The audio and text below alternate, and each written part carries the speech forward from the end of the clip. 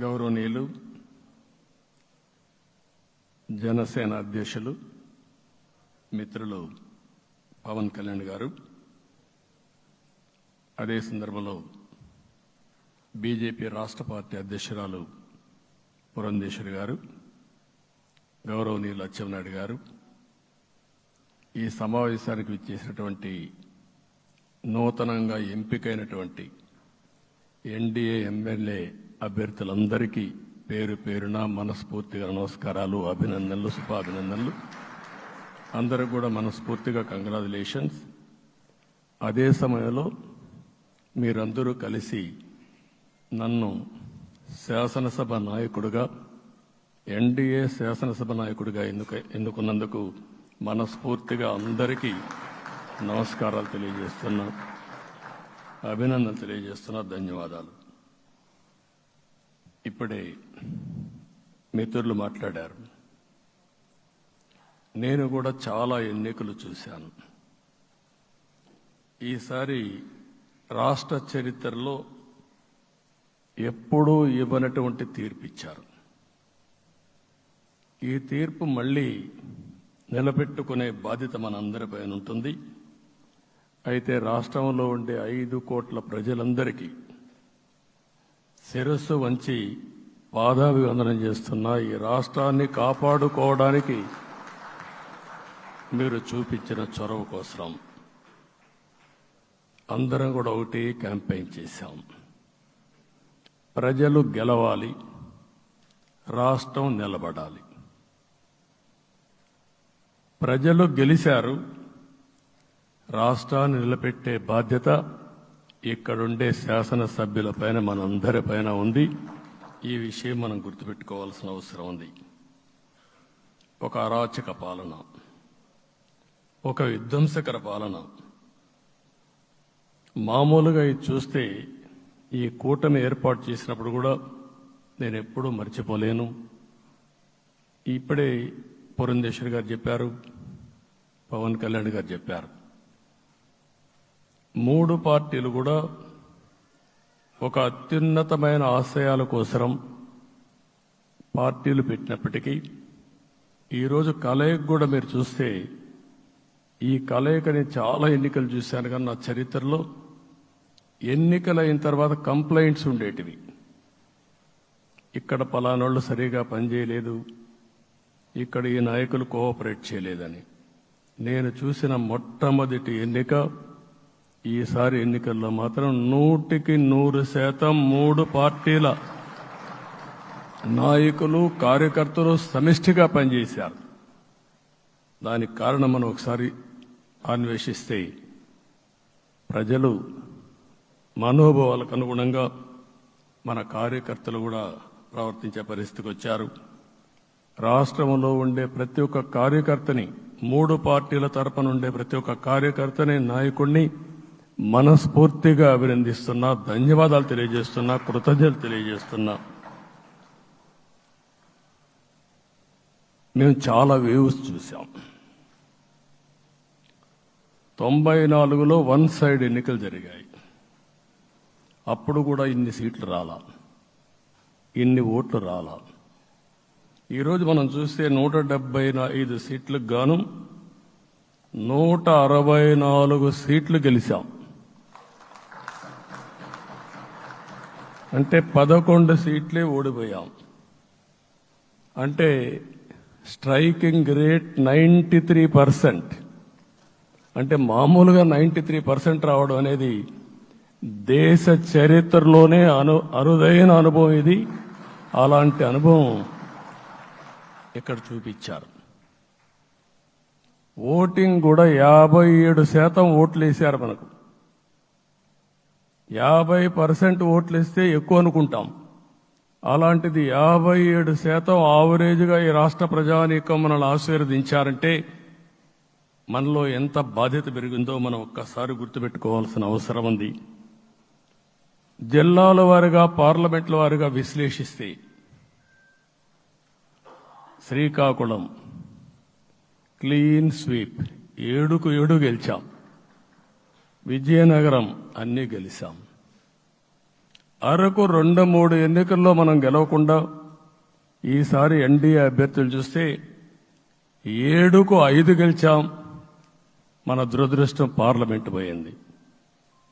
అక్కడి నుంచి వైజాగ్ 7కు 7 గెలిచాం. అనకాపల్లి 7కు 7 గెలిచాం. దెన్ తూర్పుగోదావరి, కాకినాడ, అమలాపురం, రాజమండ్రి, నరసాపురం, పక్కన వస్తే ఏలూరు, మచిలీపట్నం, కృష్ణా, గుంటూరు, నరసరావుపేట, బాపట్ల అన్స్టాపబుల్ 7కు 7 గెలిచాం.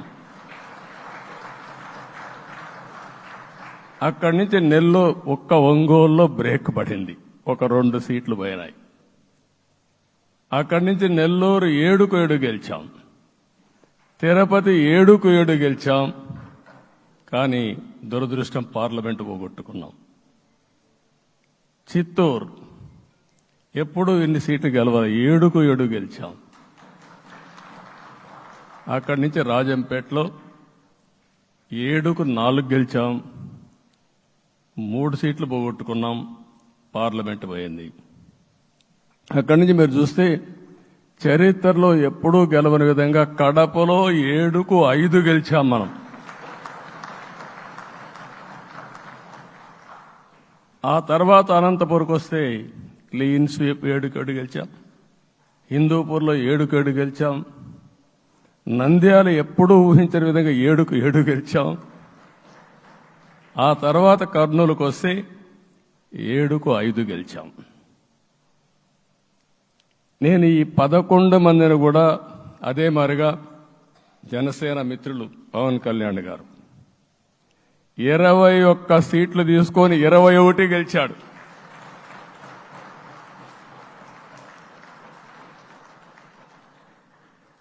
బీజేపీ 10 సీట్లు తీసుకుంటే 10 గెలిచారు, 8 గెలిచారు. అంటే 10కి 8 గెలవడం అనేది ఒక చరిత్ర. ఆ 2 సీట్లు కూడా కొన్ని ప్రత్యేకమైన కారణాల వల్ల ఓడిపోయాం తప్ప ఇంకోటి కాదు. అంటే ఇక్కడ ఒక లెసన్ మనందరికీ అర్థమైంది ఏంటంటే, అభ్యర్థులు గట్టిగా నిలబడుకున్న ప్రతి ఒక్క చోట ప్రజలు మనల్ని ఆశీర్వదించారు, గెలిపించారు. ఇదే ఈ యొక్క ఎన్నికల్లో మనందరం గుర్తుపెట్టుకోవాల్సిన ఒక ప్రత్యేకమైన విషయం. నేను చాలాసార్లు ఎన్నికలైన తర్వాత సమీక్షలు చేసుకున్నాం, కానీ ఇలాంటి విజయం, ఎలాంటి సాటిస్ఫాక్షన్ ఎప్పుడూ లేదు.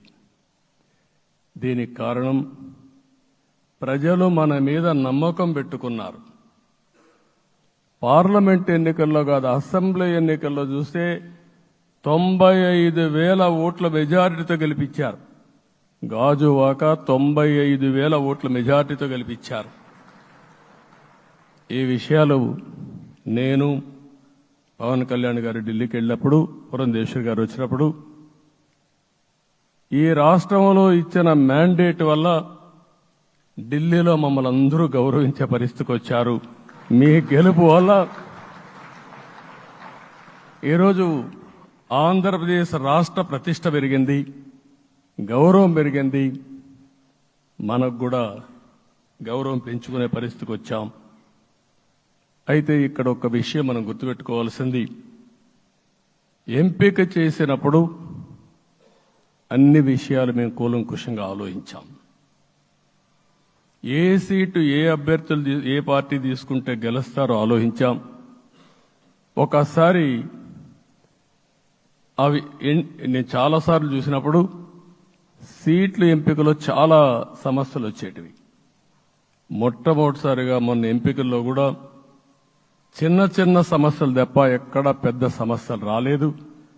అంటే మేమందరం కూడా ఒకటి ఆలోచించాం, గెలిపే ధ్యేయంగా పనిచేయాలి. కాబట్టి ఏ సీట్లో ఎవరు సీట్ ఇస్తే వాళ్ళు గెలుస్తారో ఆ సీట్లే ఇచ్చాం. అదే సమయంలో సీట్లు ఇచ్చిన తర్వాత ప్రతి ఒక్కరూ గౌరవించి గెలిపించే బాధ్యతకు వచ్చారు. ఇంకొక పక్కన ఈరోజు మిమ్మల్ని అందరినీ ఇప్పుడే పవన్ కళ్యాణ్ గారు చెప్పినట్టు వారి యొక్క సమయ స్ఫూర్తిని నేను ఎప్పుడూ మర్చిపోలేను.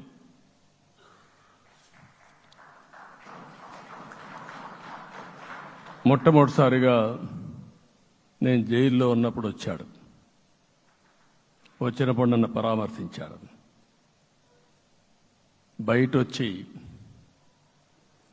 ఈ రాష్ట్రం అంత మునుపు చెప్పినా అంత మునుపు అనేక సందర్భాల్లో ప్రభుత్వ వ్యతిరేక ఓటు చీలకూడదని చెప్పారు. కానీ నన్ను చూసి బయటికి వెళ్ళిన తర్వాత ఈరోజు తెలుగుదేశం జనసేన పొత్తు పెట్టుకుంటున్నామని చెప్పిన మొదటి వ్యక్తి పవన్ కళ్యాణ్ గారు. అప్పటికే బీజేపీతో పొత్తుంది.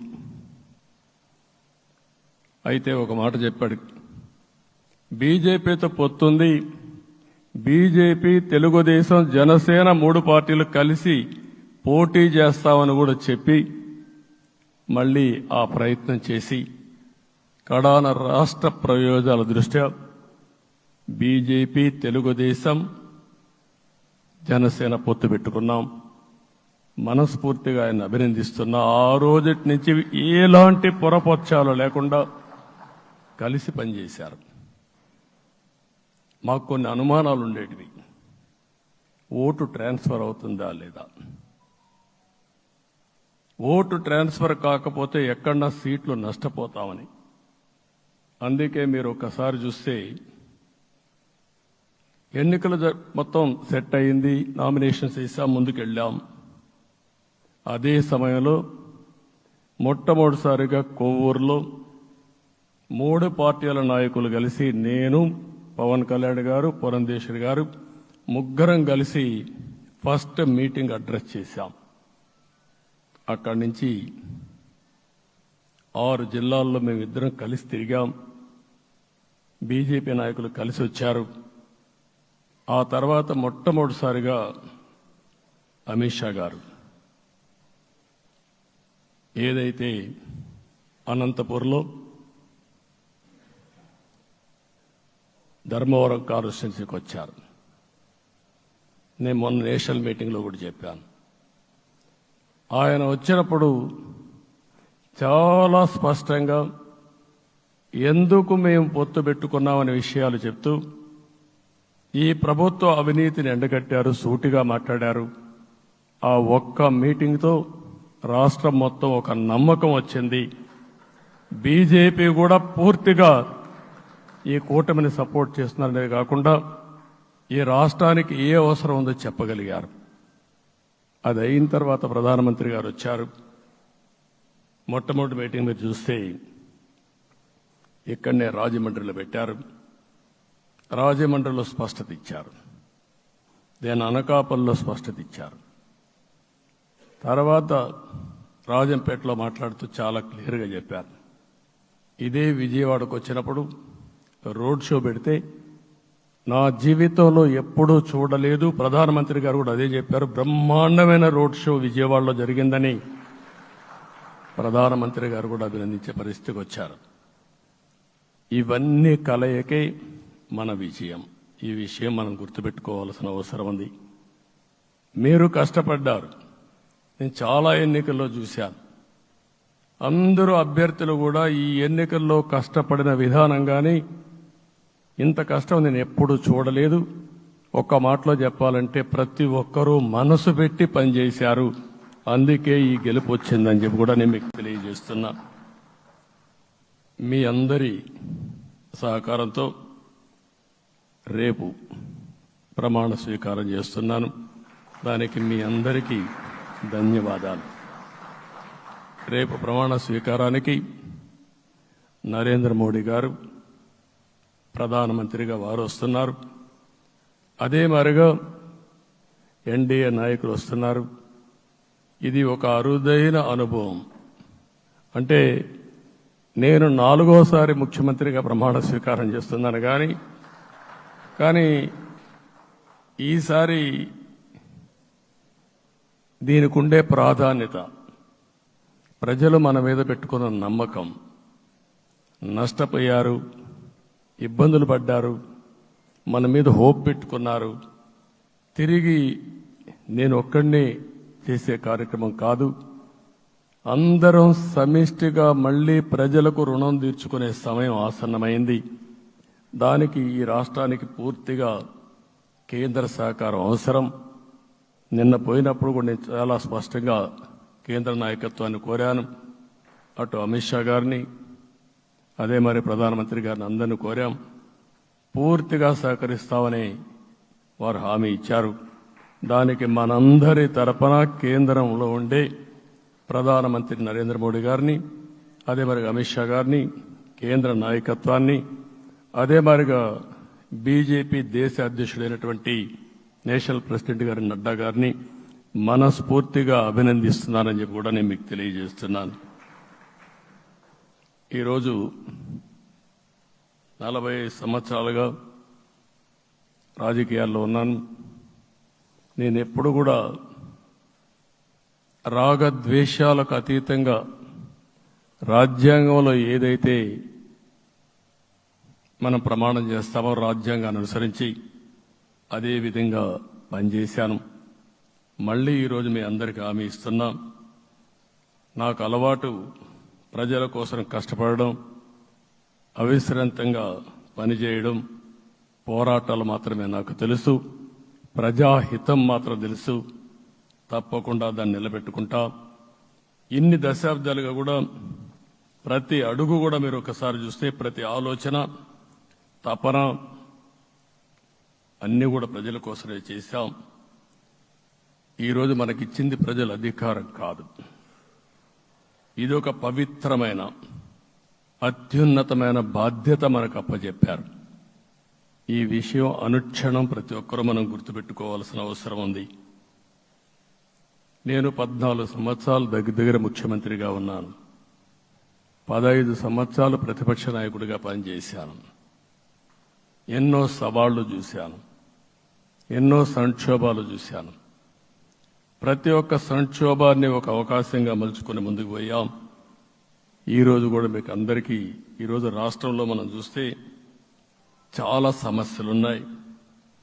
నా అనుభవాన్ని మొత్తం తీసుకుని పూర్తిగా మీ అందరి సహకారంతో, మిత్రులు పవన్ కళ్యాణ్ గారి సహకారంతో పేద ప్రజల జీవితాలను మార్చడానికి అనునిత్యం ఆలోచిద్దాం. అది చేసి మన నిజాయితీని, మన కృతజ్ఞతని ప్రజలకు తెలియజేద్దాం. అందుకని ఇంకొక పక్క మీరు ఆలోచిస్తే రాష్ట్రం పూర్తిగా శిథిలమైపోయింది. దెబ్బతినని వర్గం అంటూ లేదు. అందుకనే ఓసారి ఆశ్చర్యం కూడా వేస్తుంది. ఈ రాష్ట్రం నుంచి కూలి పనుల కోసం వేరే రాష్ట్రాలకు వెళ్లిన వ్యక్తులు సొంత డబ్బులు పెట్టుకుని వాళ్ళ యొక్క ఫుడ్ కూడా పాకెట్స్ తయారు చేసుకుని వచ్చి ఓటేసి మళ్లీ వెళ్లారు. ఇది ఊహించని పరిణామం. ఇక్కడుండేవాడు ఓటేయడం ఒక ఎత్తైతే, పేదవాడు చిన్న చిన్న పనులు చేసుకునేవాడు కూడా వచ్చి ఓటేశారు. ఎక్కడో అమెరికా, ఆస్ట్రేలియా, ఆఫ్రికా, విదేశాల్లో ఉండే ఎన్ఆర్ఐస్ అయితే లక్షల రూపాయలు ఖర్చు పెట్టుకొని వచ్చి పనిచేశారు. లక్షల రూపాయలు ఖర్చు పెట్టుకొని వచ్చి మనకు ఓటేశారు. నా జీవితంలో ఎన్నోసార్లు ఎన్నికలు చూశాను, కానీ ఈసారి ఒక బాధ్యతతో ఓటర్స్ ప్రవర్తించిన తీరు శాశ్వతంగా తెలుగు జాతి చరిత్రలో మిగిలిపోతుంది. అది ఈరోజు జరిగిన విషయం మనం గుర్తుపెట్టుకోవాలి. మనందరం ఒకటే గుర్తుపెట్టుకోవాల్సిన అవసరం ఉంది. ఏ అహంకారంతో విర్రవీగిపోయారో ఆ అహంకారం కూలిపోయింది. ఎన్నోసార్లు మనం చెప్పాం, ఏ వ్యక్తికి పదవి వస్తే వినయం కూడా అవసరం. పదవి వచ్చిందని విర్రవీగిపోయి రేపనేది లేకుండా ఉంటుందనుకుంటే మాత్రం ఇదే జరిగే పరిస్థితి వస్తుంది. అయితే మీ అందరిని నేను కోరేది ఒకటే, ఇవన్నీ ఒక కేస్ స్టడీగా మీరందరం స్టడీ చేసుకోవాల్సిన అవసరం ఉంది. ప్రజలు బూతులు మాట్లాడే నేతల్ని, అరాచక శక్తుల్ని అవినీతి పరులను చూశారు. పాలకులంటే ఎలా ఉండాలో చూశారు. ఈ 5 సంవత్సరాల్లో పాలకుడు ఎలాంటి వాడు వచ్చి అర్హత లేని వ్యక్తి ఏ విధంగా ఉన్నాడో చూశారంటే ఈరోజు ఇచ్చిన తీర్పు ఈ 5 ఏళ్లు పరిపాలించినటువంటి వ్యక్తి యొక్క ప్రవర్తన చూసిన తర్వాత ఇలాంటి వ్యక్తి పాలనకు పనికిరాడనే ఉద్దేశంతో ఓట్లు చేసే పరిస్థితికి వచ్చారు. ఇది నా ఉద్దేశ ప్రకారం ఒక కేస్ స్టడీ అవుతుంది. మనందరం కానీ జాగ్రత్తగా ఆలోచిస్తే. కానీ మనం కూడా అదే విధంగా కక్ష తీర్చుకోవాలి అని కానీ మనం ముందుకు పోతే మనకు కూడా సమస్య వస్తుంది. అదే సమయంలో ఒకటే చెప్తున్నా, తప్పు చేసిన వాడిని క్షమించి పూర్తిగా వదిలిపెడితే కూడా మళ్ళా అలవాటుగా మారుతుంది. తప్పు చేసిన వాళ్లకు శిక్ష పడవలసిన అవసరం ఉంది. చట్టపరంగా శిక్షించాల్సిన అవసరం ఉంది. అదే సమయంలో విధ్వంస రాజకీయాలు, కక్షా రాజకీయాలు కాకుండా ఇవన్నిటిని ప్రక్షాళన చేయాల్సిన అవసరం ఉందని చెప్పి కూడా నేను మీకు తెలియజేస్తున్నా. ఇంకొక పక్క 5 ఏళ్లలో ఎన్నో సంవత్సరాలు చూశాను కానీ కార్యకర్తలపైన దాడులు, హింసా రాజకీయాలు, అక్రమ కేసులు, వేధింపులు, కడాన సోషల్ యాక్టివిస్టులు కూడా ఇష్టానుసారంగా కేసులు పెట్టి హెరాస్ చేస్తే నిద్రపోకుండా వాళ్ళు కాపాడుకున్నాం. ఇంకొక పక్కన అన్ని పార్టీలకు 3 పార్టీలకు అనుభవం ఉంది. ఈరోజు మీరు చూస్తే ప్రాణాలు తీస్తూ అరాచకంగా ప్రవర్తిస్తూ తెలుగుదేశం పార్టీలో ఒక ఉదాహరణ చూసినప్పుడు అన్ని పార్టీలకు వర్తిస్తుంది. ఏదైతే మన పార్టీకి వ్యతిరేకంగా నేను ఆ పేర్లు చెప్పకూడదు కాబట్టి చెప్పలేదు, కానీ స్లోగన్ ఏమంటే కడాన మెడ మీద కత్తున్న జై తెలుగుదేశం అంటూ ప్రాణాలు వదిలిపెట్టే పరిస్థితికి వచ్చారు. ఇది ఊహించని పరిణామాలు ఇవన్నీ. ఇప్పుడు కూడా కళ్ల ముందర తిరిగే పరిస్థితి వస్తుంది. అందుకే ఈరోజు మనందరం కూడా ఇవన్నీ గుర్తుపెట్టుకొని, నాకు జరిగిన అవమానాలు చూశారు. నేను అందుకే మా కుటుంబానికి జరిగిన అవమానంతో నేను కూడా భరించలేక బయట వచ్చినప్పుడు ఒకటే శపథం చేసి వచ్చాను. ఆ శపథం, ఇది గౌరవ సభ కాదు, ఇది కౌరవ సభ. ప్రజాక్షేత్రంలో గెలిచి మళ్లీ ఈ సభను గౌరవ సభగా చేసి అడుగు పెడతానని చెప్పి శపథం చేసి బయట వచ్చాను. ఓసారి ఇవన్నీ చరిత్ర. ఆ శపథాన్ని ప్రజలు గౌరవించారు. గౌరవించిన ప్రజల్ని నిలబెట్టే బాధ్యత మనందరిపైన ఉంది. సభను కూడా ఎన్నోసార్లు పవన్ కళ్యాణ్ గారు చెప్పారు, భవిష్యత్తులో ఆంధ్రప్రదేశ్ శాసనసభని ఒక గౌరవ సభగా చేసి ప్రజా సమస్యల్ని చర్చిస్తామని చాలా స్పష్టంగా చెప్పారు. అలాంటి బ్రహ్మాండమైన వాతావరణం క్రియేట్ అవుతుంది. దానికి ఒక శాసనసభాపక్ష నాయకుడిగా నేను హామీ ఇస్తున్నా. మళ్లీ ఈ సభను గౌరవ సభగా, ఈరోజు మన పరిపాలన ప్రజా పరిపాలన, ప్రజా ప్రభుత్వంగా మనం ముందుకు పోవాల్సిన అవసరం ఉంది. ముందుకు పోతామని చెప్పి కూడా నేను మీకు తెలియజేస్తున్నా. ఇంకా కిందికి డెప్త్కి వెళ్తే గవర్నమెంట్లో ఏముందో ఇప్పటికి తెలియదు, ఎంత అప్పు ఉందో తెలియదు, ఎక్కడెక్కడ తెచ్చారో తెలియదు. ఇవన్నీ కూడా డెప్త్కి వెళ్ళినప్పుడు ఎన్ని లక్షల కోట్ల అప్పు ఉంది, ఏదేది తాకట్టు పెట్టారు, ఆర్థిక వ్యవస్థ ఏ విధంగా చిన్నాభిన్నం అయిపోయింది, ఇవన్నీ కూడా అధ్యయనం చేసుకోవాల్సిన అవసరం ఉంది. ఇరిగేషన్ రంగాన్ని పూర్తిగా నిర్వీర్యం చేశారు. రాష్ట్రానికి అతి ముఖ్యమైన ప్రాజెక్టు పోలవరం. కేంద్రం క్లియర్గా పోలవరానికి సహకరించారు. నాకు ఇప్పుడు కూడా జ్ఞాపకం ఉంది, 2014 కంటే ముందు నేను ముఖ్యమంత్రి అయ్యాను, ఎంపికయ్యాను. ఢిల్లీకి వెళ్ళాను. ఢిల్లీకి వెళ్ళినప్పుడు 7 మండలాలు తెలంగాణలో ఉన్నాయి. పోలవరం ముంపుకు గురి అయ్యే 7 మండలాలు తెలంగాణలో ఉన్నాయి. ఆ 7 మండలాలు అక్కడుంటే జూన్ 2వ తారీఖున నోటిఫికేషన్ వస్తే ఆ తర్వాత తెలంగాణ అనుమతి ఉంటే తప్ప, పునరావాసానికి ఒప్పుకుంటే తప్ప మనం పోలవరం కట్టే పరిస్థితి లేదు. ఆ రోజు రాజ్నాథ్ సింగ్ గారు పార్టీ అధ్యక్షుడు. అదే మాదిరిగా ఆ రోజు వెంకయ్య నాయుడు గారు కూడా యాక్టివ్గా ఉన్నారు.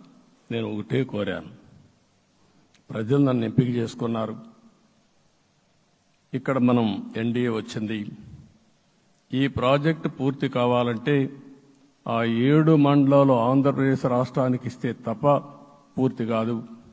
మీరు 7 మండలాలు ఇవ్వకపోతే నేను ప్రమాణ స్వీకారం చేయను, నాకు ఈ పదవి వద్దని ఆ రోజు చాలా స్పష్టంగా చెప్పాను. ఇది ఎప్పుడు కూడా చరిత్రలో ఎప్పుడు జరగని విషయం. ఆ రోజు ప్రధానమంత్రి గారు నరేంద్ర మోడీ గారు ఇవన్నీ ఆలోచించి ఫస్ట్ క్యాబినెట్ మీటింగ్లో పెట్టి ఒక ఆర్డినెన్స్ ఇచ్చి ఆ 7 మండలాలు ఆంధ్రప్రదేశ్కి ఇచ్చి తర్వాత పార్లమెంట్ సమావేశాలు పెట్టుకున్నారంటే అది ఒక చరిత్ర. అంటే ఆ రోజు కానీ కేంద్రంగాన 7 మండలాలు ఇవ్వకపోయుంటే పోలవరం ప్రాజెక్టు ప్రారంభమయ్యేది కాదు. అన్ని కష్టాలు పడి మళ్లీ డబ్బులన్నీ కోర్టులో ఉండే కేసులన్నీ విత్డ్రా చేయించి అన్నీ చేయించాం. 72% పనులు పూర్తి చేశాం. ఈరోజు మళ్లీ మొదటికి వచ్చింది. డయాఫామ్ వాల్ పూర్తిగా కొట్టుకొని పరిస్థితికి వచ్చింది, డ్యామేజ్కి అయ్యే పరిస్థితి వచ్చింది, ఎక్కడుందో తెలియని పరిస్థితి. మళ్లీ కేంద్ర సహకారంతో రాష్ట్రానికి అతి ముఖ్యమైన ప్రాజెక్టు పోలవరం, దీన్ని పూర్తి చేసే బాధ్యత, దీన్ని పూర్తి చేసి నదుల అనుసంధానం చేసి మన అందరం ప్రతి ఒక్క ఎకరాకు నీళ్లు ఇవ్వగలిగితే దానికంటే బ్రహ్మాండమైన కార్యక్రమం ఏమీ ఉండదు. వ్యవసాయ రంగం స్టెబిలైజ్ అవుతుంది. ఇది సాధించడానికి అన్ని విధాలా కష్టపడతామని చెప్పి కూడా నేను మీకు తెలియజేస్తున్నాను. ఇంకొక పక్క వ్యవసాయ రంగం పూర్తిగా సంక్షోభంలో పడిపోయింది. రైతులు అప్పుల పాలయ్యారు. 5 ఏళ్లలో 9 సార్లు కరెంటు ఛార్జీలు పెంచారు. ఈ విధంగా ఇవన్నీ కూడా ఇంకొక పక్క మీరు చూస్తే అమరావతి 10 సంవత్సరాల తర్వాత మన రాజధాని ఏదంటే చెప్పుకోలేని పరిస్థితి. ఇప్పటికి కూడా మనకు గుర్తొచ్చేది ప్రజావేదిక విధ్వంసం. అలాంటి దుర్మార్గమైన కార్యక్రమాలు జరిగాయి. ఇవన్నీ కూడా గుర్తు చేసుకుంటూనే కక్షపూరిత రాజకీయాలు కాకుండా కన్స్ట్రక్టివ్ పాలిటిక్స్కి మనం ముందుకు పోవాల్సిన అవసరం ఉంది. అందుకే ఈరోజు నేను ఒకటే మీ అందరికీ హామీ ఇస్తున్న, మీ ద్వారా ప్రజలందరికీ, మనది ప్రజాప్రభుత్వం. ఇకపైన మన ప్రభుత్వంలో ప్రజావేదికల కూల్చివేతలు ఉండవు. 3 రాజధానులంటూ రాష్ట్ర భవిష్యత్తు ఆటలాడే పరిస్థితి ఉండదు.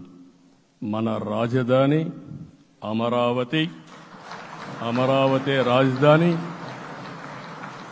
విశాఖపట్నం ఆర్థిక రాజధానిగా, ఒక ప్రత్యేకమైన సిటీగా, ఆధునికమైన నగరంగా తయారు చేసుకుందాం. దాన్ని ఎప్పుడు కూడా నేను కంబైన్డ్ ఆంధ్రప్రదేశ్ కూడా గుర్తుపెట్టుకున్నాను. విశాఖపట్నం అటు జనసేనకు, తెలుగుదేశానికి, బీజేపీకి ముగ్గురు కూడా చాలా ముఖ్యమైన నగరం ఇది. ఎందుకు నేను ఈ మాట అంటున్నానంటే, లాస్ట్ ఎలక్షన్లో 2014లో హరిబాబు అక్కడ ఎంపీగా గెలిచారు. తర్వాత విడిపోయిన తర్వాత 2014లో మళ్ళీ మనం పోటీ చేసినప్పుడు చేశాం. 2019లో 4 అసెంబ్లీ సీట్లు గెలిపించిన ఏకైక నగరం విశాఖపట్నం తెలుగుదేశం పార్టీకి. అదే మాదిరిగా ప్రజల్లో గణనీయమైనటువంటి అభిమానం జనసేన అధినేత పవన్ కళ్యాణ్ గారి పైన ఉంది. ఈ 3 కలిపి నిన్న ఒక సునామీ మారిగా వచ్చింది. అక్కడ ఒక్కొక్క సీట్లో మీరు చూస్తే 90,000, 90,000, 70,000, 80,000 మెజారిటీతో గెలిపించారంటే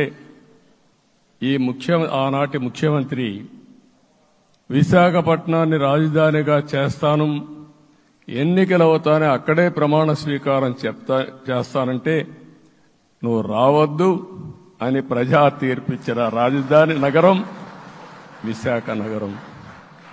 అంటే ఎలాంటి టెంప్టేషన్ కూడా లొంగలేదు వాళ్ళు. ఇది ఒక అనుభూతి. విశాఖపట్నాన్ని మర్చిపోయే సమస్య లేదు. తగిన గుర్తింపు ఇస్తాం, అభివృద్ధి చేస్తాం. ఇంకొక పక్క కర్నూలుని కూడా ఇదే మాదిరిగా చెప్పి కర్నూలుని జ్యుడిషియల్ క్యాపిటల్గా చేస్తామని కడాన ఏమీ చేయకుండా వదిలిపెట్టినటువంటి వ్యక్తి. ఈరోజు మీరు ఒక్కసారి గుర్తుపెట్టుకోవాల్సింది, నేను చాలా ఎన్నికలు చూశాను కానీ రాయలసీమలో వన్ సైడ్ ఎన్నికలు జరిగాయి. బ్రహ్మాండంగా ఓట్లేశారు. ఓట్లేయడమే కాదు, ఊహించినటువంటి మెజార్టీస్ ఇచ్చారు. ఇది నేను కొంచెం భయపడ్డాను బిగినింగ్లో, కానీ ఊపు చూసిన తర్వాత మాత్రం అనిపించింది అందరూ ఎక్స్పెక్ట్ చేశారు రాయలసీమలో కొంచెం ఇబ్బంది ఉంటుందని. అలాంటి రాయలసీమ తిరుగుబాటు చేసే పరిస్థితికి వచ్చింది. దానికి కూడా మన అందరి మీద బాధ్యత ఉంది. కర్నూలుని అన్ని విధాలా అభివృద్ధి చేసే బాధ్యత Telugu Desam party, Janasena, BJP, NDA కూటమి తీసుకుంటామని కూడా హామీ ఇస్తున్నాను. ఈ 3 సిటీలే కాకుండా మొత్తం అన్ని జిల్లాల్ని సమభావంతో ఆలోచించి మనం ముందుకెళ్దాం. ఇంకొక పక్క మనలో ఏ కోశాన కూడా అహంకారం ఉండకూడదు, అరాచకం అనేది ఎక్కడా కనిపించకూడదు. ఈ రాష్ట్రంలో అశాంతికి చోటు అనేది లేకుండా ముందుకు పోవాల్సిన అవసరం ఉంది. రాష్ట్ర ప్రజలందరికీ హామీ ఇస్తున్నా, సీఎం వస్తున్నాడంటే చెట్లు కొట్టేయడం, లేకపోతే రోడ్లు మూసేయడం, షాపులు బంద్ చేయడం, పరదాలు కట్టుకోవడం అవన్నీ ఉండవు. సీఎం కూడా ఒక మామూలు మనిషిగానే వస్తా, అందరితో కలిసి ఉంటాం.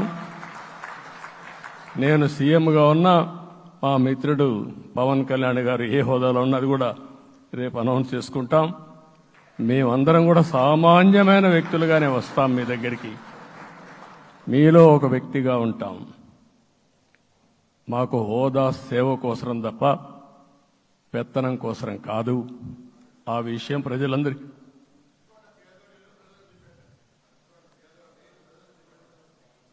అవన్నీ చేస్తాం. ఇంకొక పక్కన నిన్న మొన్న నేను వస్తానంటా ఉంటే వాళ్ళకు కూడా తెలుసు కాబట్టి ఎన్డీఏ అభ్యర్థిగా అంటే శాసనసభ నాయకుడిగా ఎన్నుకుంటారనే ఉద్దేశంతో, ముఖ్యమంత్రి అవుతాను ఉద్దేశంతో రోడ్లన్నీ కూడా నిలిపేస్తాను. నేను ఒకటే చెప్పాను, మేము వచ్చినప్పుడు ఒక్క నిమిషం ఒక సిగ్నల్కి ఇంకొక సిగ్నల్కి కొద్దిగా గ్యాప్ పెట్టుకోండి. అవసరమైతే ఒక 5 నిమిషాలు లేట్ అయినా మాకు పర్వాలేదు, కానీ ప్రజలు ఎవ్వరికీ ఇన్కన్వీనియన్స్ కలగకూడదని చాలా స్పష్టంగా ఆదేశాలు ఇచ్చాం. కాబట్టి అవన్నీ మనం చేద్దాం. ఇంకొక పక్కన దాడులు చేసి బాధితులపైనే కేసులు పెట్టే పరిస్థితి ఉండదు ఈ రోజు నుంచి. అది కూడా మనం చూసాం. ఏ ఒక్కరి ఆత్మగౌరవానికి భంగం కలగదు. ఒక పాజిటివ్ గవర్నెన్స్ అన్ని చోట్ల కనపడుస్తుంది. ప్రజాహితం కోసమే పనిచేస్తాం. ప్రతి నిర్ణయం, ప్రతి అడుగు ప్రజల కోసమే ఉంటుంది. స్టేట్ ఫస్ట్ అనే నినాదంతో ముందుకు పోతాం.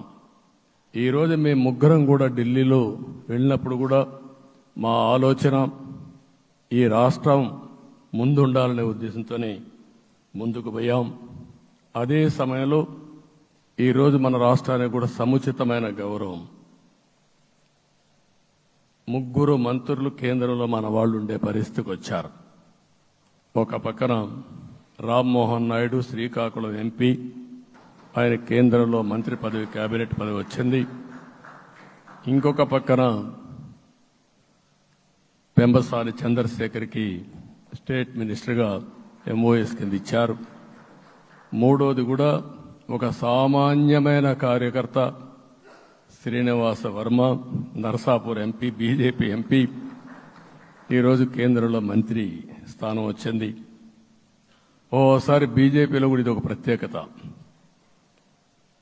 ఆయన ఎంపీ ఇచ్చినప్పుడు నాకే ఆశ్చర్యం వేసింది. ఒక మామూలు వ్యక్తి ఎంపీ ఇచ్చారు. అప్పుడు ఆలోచించినప్పుడు నేను ఫస్ట్ మీటింగ్ పోతే వచ్చాడు. వచ్చినప్పుడు నేను ఎంక్వైరీ చేస్తే ఆయన స్ట్రాంగ్గా పార్టీ కోసం పనిచేశాడు. ఒక పార్టీ కార్యకర్తను గుర్తించిన పార్టీ భారతీయ జనతా పార్టీ. అది కూడా తెలుగుదేశంలో కూడా చేస్తున్నాం, జనసేనలో కూడా చేస్తున్నాం. వారి యొక్క ప్రత్యేకత. ఈరోజు నిన్న కూడా మనం అందరం చూస్తే మోదీ గారు మొన్నే మీటింగ్ అయినప్పుడు చూశాం, ఆయన స్పీచ్ను కూడా చూశాం. నేను కూడా చాలా స్పష్టంగా చెప్పాను, 10 సంవత్సరాల మోడీ గారి పరిపాలన దేశ ప్రతిష్ట పెంచింది. ప్రపంచంలోనే భారతీయులకు గుర్తింపు వచ్చింది. 11వ స్థానంలో ఉన్న ఆర్థిక వ్యవస్థ ఈరోజు 5వ స్థానానికి తీసుకొచ్చారు. ఇంకొక పక్కన ఎన్డీఏ 3.0 ఈ పరిపాలన 5 ఏళ్లలో 5వ స్థానం నుంచి 3వ ఆర్థిక అతిపెద్ద దేశంగా భారతదేశం ఎమర్జ్ కాబోతుంది. ఇది మన దేశానికి గర్వకారణం.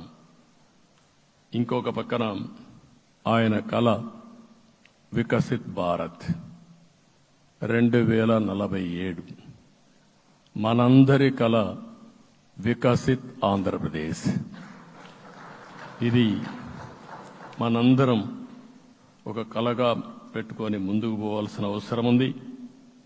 అదే సమయంలో మనందరి ఆలోచన పేదరికం లేని సమాజం, zero poverty nation, zero poverty state, zero poverty నియోజకవర్గం.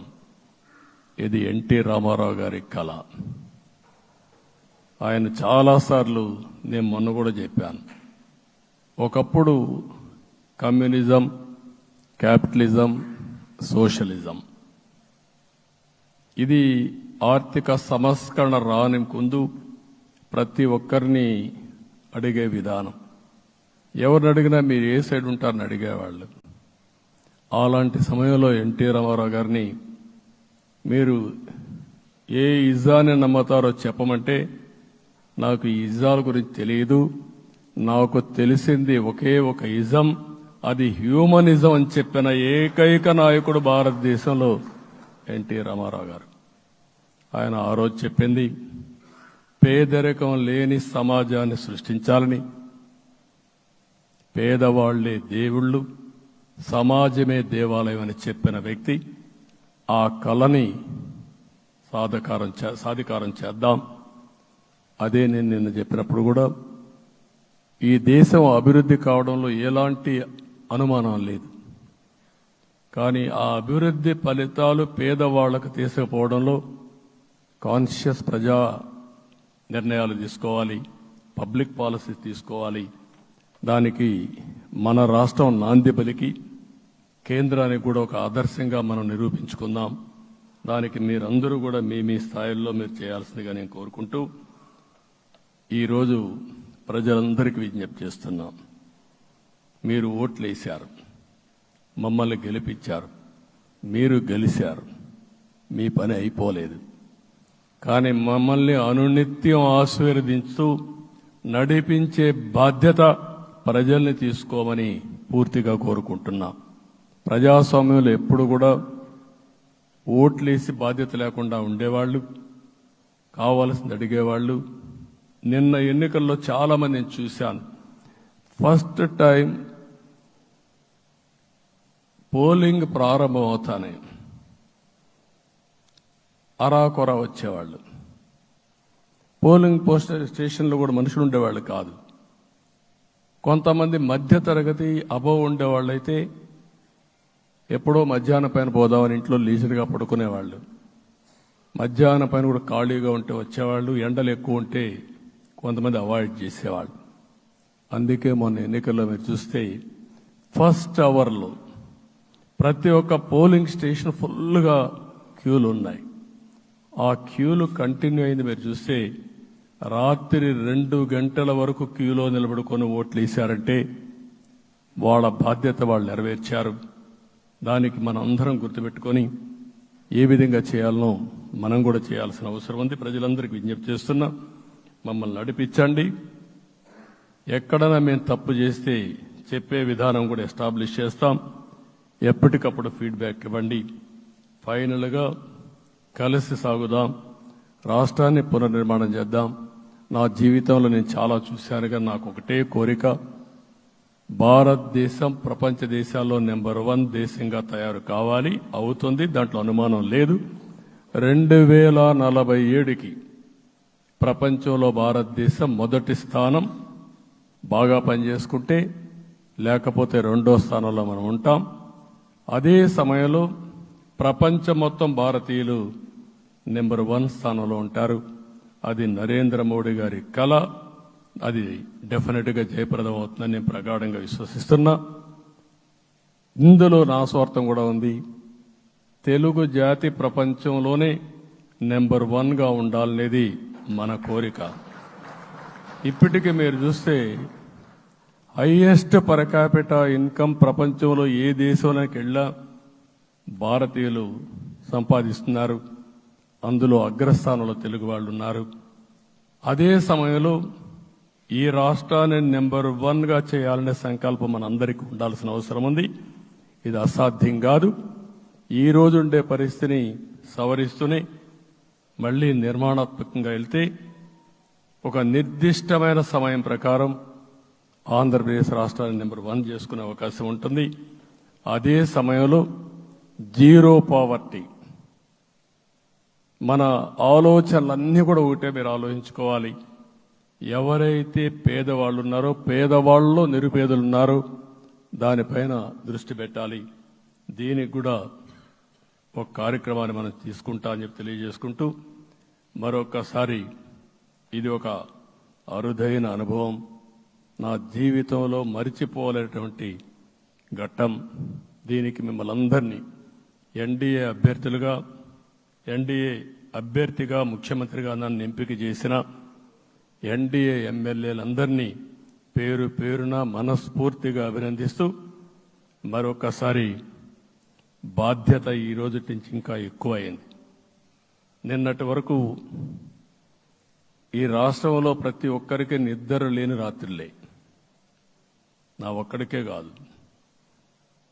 ఇప్పుడు తలుసుకుంటే ఓసారి బాధ వేస్తుంది. ఆ బాధపడిన రోజులు చూసుకుంటే ఒక వ్యక్తిని జైల్లో పెట్టినప్పుడు నాకు 40 రోజుల నుంచి 90 రోజులు 100 రోజులు పట్టేది మళ్ళా బయట తేవాలంటే. మళ్ళా జైల్లో ఏం చేస్తారో తెలియదు. అక్కడి నుంచి ఇంకా ప్రెషర్ మౌంటప్ చేసుకుంటూ వచ్చాం. ఆ త్యాగం చేసిన రోజులను ఒకసారి గుర్తుపెట్టుకుంటూ, సఫర్ అయిన ప్రతి ఒక్కరిని, పార్టీ కార్యకర్తలనే కాకుండా ప్రజలను కూడా గుర్తుపెట్టుకొని, సోషల్ యాక్టివిస్టులు గుర్తుపెట్టుకొని ఈ రాష్ట్ర పునర్నిర్మాణం కోసం ముందుకు పోదామని తెలియజేసుకుంటూ, మరొకసారి మీ అందరికీ మనస్ఫూర్తిగా అభినందనలు తెలియజేసుకుంటూ, నన్ను పూర్తిగా బలపరిచినటువంటి మిత్రుడు పవన్ కళ్యాణ్ గారికి, అదే మాదిరిగా బీజేపీ నాయకత్వానికి, పురంధేశ్వరి గారు ఇక్కడ నేను చూశాను. మేమిద్దరం, వారు ఎంపీ అభ్యర్థిగా ఉన్నప్పటికీ ఎప్పుడో కంప్లైంట్ చేసినా లేకుంటే కోఆర్డినేషన్ ప్రాబ్లం వచ్చినా ఇమీడియట్గా స్పందించి వారు కూడా కోఆర్డినేట్ చేశారు. అందరూ కూడా ఎక్కడా పొరపచ్చాలు లేకుండా మనస్ఫూర్తిగా చేశాం కాబట్టి ఈ గెలుపు సాధ్యమైంది. ఈ గెలుపుకు సహకరించిన ప్రతి ఒక్క నాయకుడికి, ప్రతి ఒక్క పార్టీకి, ప్రతి ఒక్క కార్యకర్తకి, ప్రజలందరికీ కూడా పేరు పేరున మనస్ఫూర్తిగా నమస్కారాలు తెలియజేసుకుంటూ మీ అందరి దగ్గర సెలవు తీసుకుంటున్నాను.